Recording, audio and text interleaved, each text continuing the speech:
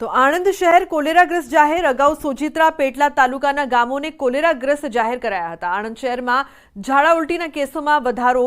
ઇસ્માઇલનગર, પધરિયા, મેલડી માતા મંદિર, મંગળપુરમાં ઝાડા ઉલટીના દર્દીઓની સંખ્યામાં વધારો. 2ના કોલેરા રિપોર્ટ પોઝિટિવ આવ્યા છે. કોલેરાના દર્દી સામે આવતા તંત્ર એક્શનમાં આવ્યું. પાણીના નમૂના લેવા અને લાઈનો ચેક કરવા તંત્રની દોડધામ મચી છે. જાહેરમાં ઊભા રહેતા ખાણીપીણીની લારીઓ પર તવાઈ બોલાવાશે. ઘણીવાર જે કેસ આવે છે એમાં સિવિયર ડિહાઇડ્રેશન થતું હોય છે અને આવા કેસમાં એક્યુટ કિડની ઇન્જરીના કેસ જોવા મળતા હોય છે. એવા અમે લગભગ 10 થી 15 કેસો અમે ટ્રીટ કરેલા છે અને એમાં કોલેરા પોઝિટિવ કલ્ચર આઇસોલેટ થયા છે, જે જિલ્લામાં આરોગ્ય વિભાગને અમે જાણ કરેલી છે. વલસાડમાં ભારે વરસાદની આગાહી છે, તો હાલમાં વલસાડમાં એનડીઆરએફની એક ટીમને સ્ટેન્ડ બાય રખાઈ છે. આ ટીમે તિથલ દરિયા કિનારા અને શહેરના નીચાણવાળા વિસ્તારની મુલાકાત લીધી હતી, જેમાં છપવાડ, દાણા બજાર, બંદર રોડ અને ઓરંગા નદી કિનારાના નીચાણવાળા વિસ્તારની મુલાકાત લીધી હતી અને ભૌગોલિક પરિસ્થિતિથી વાકેફ થયા હતા. દર વર્ષે ભારે વરસાદ બાદ વલસાડના ઘણા નીચાણવાળા વિસ્તારોમાં પાણી ભરાય છે અને રાહત બચાવની કામગીરી પૂર્વે ટીમે ભૌગોલિક માહિતી મેળવી હતી. एनडीआरएफ की टीम पूर्ण रूप से तत्पर है. हमारे पास FWR से रिलेटेड पूरे इक्विपमेंट्स और स्पेशल इक्विपमेंट्स हैं. CSSR से रिलेटेड भी हमारे पास सभी पर्याप्त साधन हैं, ताकि यदि जरूरत पड़ने पर हम पूर्ण रूप से मदद कर सकें. જિલ્લામાં વરસાદની હેલી યથાવત છે. આજે વહેલી સવારથી જિલ્લાના તમામ તાલુકાઓમાં સાર્વત્રિક વરસાદ થયો છે. જિલ્લાના છેવાડે આવેલા ઉમરગામમાં પણ ભારે વરસાદ વરસ્યો છે. વહેલી સવારે વરસેલા ભારે વરસાદના કારણે શહેરના કેટલાક વિસ્તારોમાં રસ્તા ઉપર પાણી ભરાયા હતા. તો શહેરના મુખ્ય રોડ એવા સ્ટેશન રોડ પર પણ રસ્તા પર પાણી ભરાઈ જતા વાહન ચાલકો અને રાહદારીઓ મુશ્કેલીમાં મુકાયા હતા. આજે પણ હવામાન વિભાગે વલસાડ જિલ્લામાં ભારે વરસાદની આગાહી કરી છે. આથી ઉમરગામ, પારડી, વાપી, ધરમપુર, કપરાડા અને વલસાડ તાલુકામાં પણ નોંધપાત્ર વરસાદ વરસ્યો છે. તો ઉમરગામમાં પણ દર વર્ષે ભારે વરસાદ વખતે રસ્તા ઉપર પાણી ભરાવાની સમસ્યા સર્જાય છે. તો વલસાડ શહેરમાં વહેલી સવારથી જ વરસાદી માહોલ છવાયો છે. શહેરમાં વરસેલા ભારે વરસાદના કારણે નીચાણવાળા ઘણા વિસ્તારોમાં રસ્તા ઉપર પાણી ભરાયા હતા. તિથલ રોડ, હાલડ 4 રસ્તા અને બંદર રોડના નીચાણવાળા રસ્તા ઉપર પાણી ભરાયા હતા. સવારે જ રસ્તા ઉપર પાણી ભરાઈ જતા રાહદારીઓ અને વાહન ચાલકો મુશ્કેલીમાં મુકાયા હતા.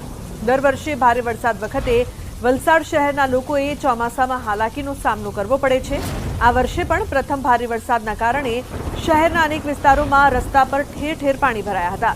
વલસાડ જિલ્લામાં આજે પણ ભારે વરસાદની હવામાન વિભાગે આગાહી કરી છે.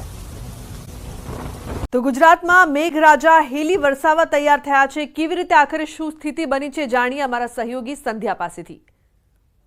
ગુજરાતના લોકો એક સારા વરસાદની રાહ જોઈ રહ્યા છે, ખાસ કરીને ખેડૂતો, કારણ કે સારો વરસાદ થાય, વાવણી લાયક વરસાદ થાય તો જ વાવણી કરી શકાય. તેમ છતાં પણ રાજ્યમાં કેટલાક ખેડૂતોએ વાવણી કરી લીધી છે. આ વચ્ચે એક સારા સમાચાર એ પણ આવી રહ્યા છે કે એક એવી સિસ્ટમ, મજબૂત સિસ્ટમ બની રહી છે જે વરસાદને, સારા વરસાદને ખેંચીને લાવી શકે છે. એ સિસ્ટમ ક્યાં અને કેવી રીતે બની રહી છે તે અમે આપને મેપના માધ્યમથી જ સમજાવીશું. તો મેપના માધ્યમથી સમજાવીએ તો અરબી સમુદ્રમાં એક એવી સિસ્ટમ બની રહી છે. આપ જોઈ શકો છો કે ગુજરાતનો જે આખો જે કોસ્ટલ એરિયા છે, અરબી સમુદ્ર છે, ગુજરાતનો આ કોસ્ટલ એરિયા છે, સૌરાષ્ટ્રનો આ એરિયા છે ને અહીંયા એક આ મજબૂત સિસ્ટમ બની રહી છે.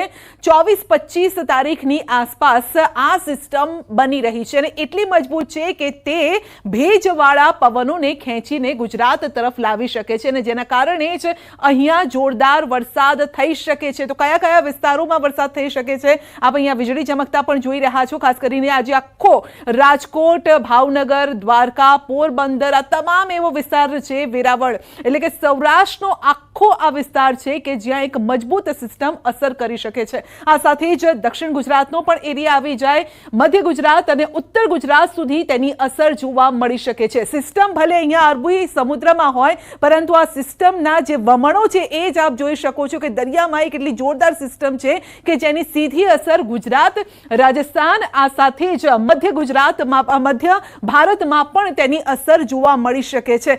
પરંતુ સવાલ હજુ એ છે કે શું આ વરસાદ જો આવે, મજબૂત સિસ્ટમ છે, આ વરસાદ આવે તો આવામાં વાવણી કરવી કે નહીં, કારણ કે ખેડૂતોની મોટી ચિંતા એ પણ છે. અત્યંત ભારે વરસાદની આગાહી કરવામાં આવી છે। કેન્દ્રીય હવામાન વિભાગનું વરસાદ અંગે ઓરેન્જ એલર્ટ। સિઝનમાં પહેલીવાર વરસાદ અંગે ઓરેન્જ એલર્ટ આપવામાં આવ્યું છે। તો 3 દિવસ ભારેથી અતિભારે વરસાદ પડી શકે તેવી આગાહી કરવામાં આવી છે। મહત્વનું છે કે કેન્દ્રીય હવામાન વિભાગ દ્વારા ઓરેન્જ એલર્ટ આપવામાં આવ્યું છે। ભારે વરસાદ પડે તેવી સંભાવના રહેશે 3 દિવસ માટે। તો સિઝનમાં પહેલીવાર ઓરેન્જ એલર્ટ આપવામાં આવ્યું છે। 3 દિવસ માટે ભારેથી અતિભારે વરસાદની આગાહી કરવામાં આવી છે।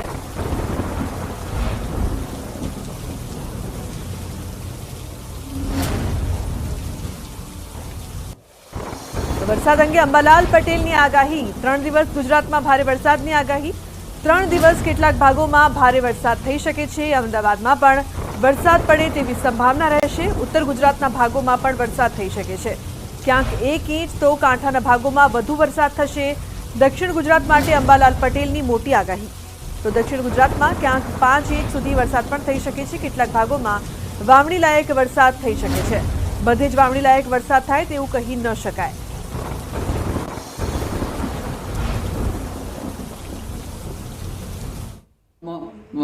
લગભગ આગામી 3 દિવસ વરસાદ થવાની શક્યતા રહેશે અને આ 3 દિવસમાં લગભગ કોઈ જગ્યાએ અડધો ઇંચ વરસાદ તો કોઈ જગ્યાએ 1 ઇંચ વરસાદ થવાની શક્યતા રહેશે।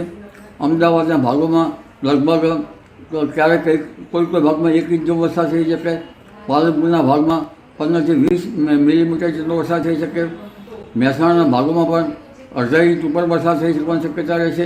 એટલે આગામી 3 દિવસમાં કોઈ જગ્યાએ 1 ઇંચ તો કોઈ જગ્યાએ દરિયા કિનારાના ભાગોમાં થોડો વધુ વરસાદ થવાની શક્યતા રહેશે અને દક્ષિણ ગુજરાતના ભાગોમાં લગભગ 3 કે 4 ઇંચ કે 5 ઇંચ જેવો વરસાદ થવાની શક્યતા રહેશે। એટલે આગામી 3 દિવસમાં ભિન્ન ભાગોમાં વરસાદ થશે। એટલે કૃષિમાં જમીન ખેડે એવો કોઈ ભાગમાં વરસાદ થવાની શક્યતા રહેશે। જોકે વાવણી થાય એવો વરસાદ બધે કહી શકાય નહીં। ચોમાસા અંગે અંબાલાલ પટેલની મોટી આગાહી। 28મી જૂન બાદ ચોમાસું ગુજરાતમાં રમઝટ બોલાવશે। તાપમાનનો પારો પણ નીચે ઉતરી શકે છે। તો 28મી બાદ ગુજરાતમાં ગરમી ઘટી શકે છે। 28મી બાદ ગુજરાતમાં ફરી ભારે વરસાદ થઈ શકે છે।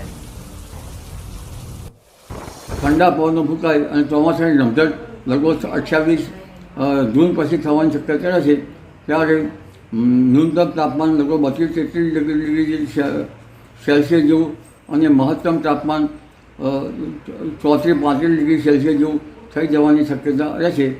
હમણાં ગરમી પડી રહી હતી એટલે વાદળો વિખરાઈ જતા હતા, પરંતુ તારીખ 28 પછી ચોમાસું રમઝટ બોલાવશે અને કોઈ જગ્યાએ ભારેથી કેટલાક ભાગમાં અતિભારે વરસાદ થવાની શક્યતા રહેશે।